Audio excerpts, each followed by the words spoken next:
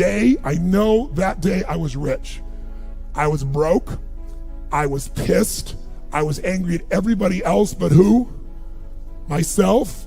But really underneath it, I was mad at myself. I just couldn't beat myself up anymore, so I was pissed. And I had a friend that I loaned money to when I had barely enough, and I knew he needed it. And I gave him $1,200, and I'm here not able to eat. I'm down to like $25, $26. And I'm saying to him, calling him, and he's not returning my call. And I just need some money, and he's ignoring me. I didn't ignore him then, so I'm pissed. I'm frustrated. In the midst of all this, I'm also pragmatic. I got 25 and change, call it $26. What the hell am I gonna do? I don't have any plans for economics. I got overhead that's crazy.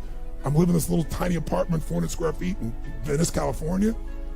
So I thought, okay, when I was totally broke early on, when I was 17, I used to save my money up and go to the smorgasbord and load up for Christmas, load up for the week. So I said, I was in Venice. I'm gonna go over to Marina del Rey, where all the yachts are, and there's a place there called El Torito. And I'm gonna go, they have an all-you-can-eat smorgasbord. I'm gonna load up for the winter. I'm gonna get there. So I didn't drive there because I wasn't gonna spend the gas to get there, plus I needed to walk, so I walked there. And I go in, I'm not dressed really great, but it's Marina del Rey, it's okay. And I got a place right by the window, and I can see these yachts going by, and I'm dreaming of what life could be like. And I'm starting to let go of my anger, and I'm starting to focus on what I want instead of what I don't want. How many followers say I? And that shifted me just a bit. And now I'm eating, which shifted me a lot. And I got this giant plate stacked up. And I don't know what the amount was. It was like, whatever, it was $6.95, $7.95, right? So I'm gonna do this. I could probably do this 3 or 4 times, right? Somewhere in that range. As I'm finishing my meal, this little boy comes in, dressed in a little suit. I honestly don't know how old he'd be, probably in the 3rd grade, so maybe 8 years old, 9 years old, something like that. And he was so adorable. And he opened the door for his mother. And his mother was an attractive lady. And he came over and he pulled out the seat for her, and she sat down. And she was a pretty lady, but as pretty as she was, I was totally obsessed by this boy. He had presence at 7 or 8 years old. And it moved me. I don't know why, it moved me. And I thought, this kid is like pure. I want him to always be this way. He's such a good kid, he's a giver. So I got up and I paid for the meal, and whatever it was, $6, $7. So now I've got whatever left, $17, $18, $19.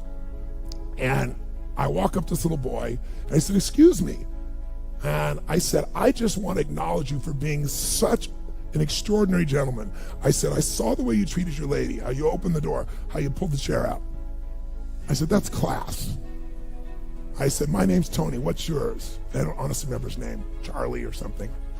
And he looked up at me and I said, Charlie?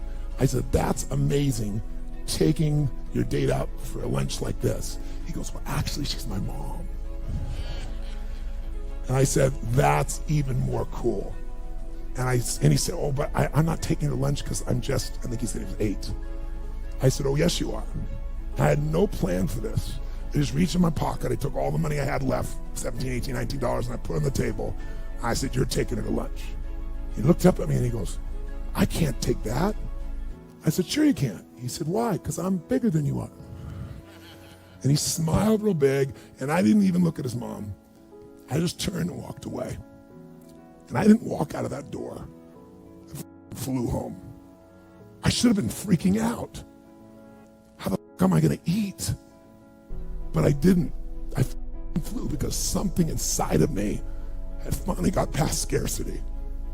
I finally realized there's something inside of us more than our limits, especially around this thing called money that I had let terrorize me.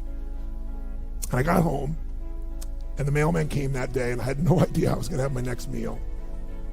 And a letter comes, and it's from the guy I loaned the money to. A handwritten note saying, I've been avoiding you. It's wrong. I'm so sorry. You were there when I needed you. Here's what I owe you plus a little bit more. And the $1,200 was there, plus another $100 for the time that I had to take care of it. And for me, $1,300, that was enough to run my show for a month or two. And I cried. And then I decided, what does this mean?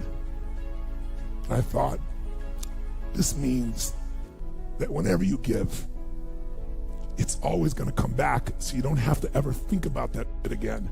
Just give. and the rewards will be greater than you can ever imagine.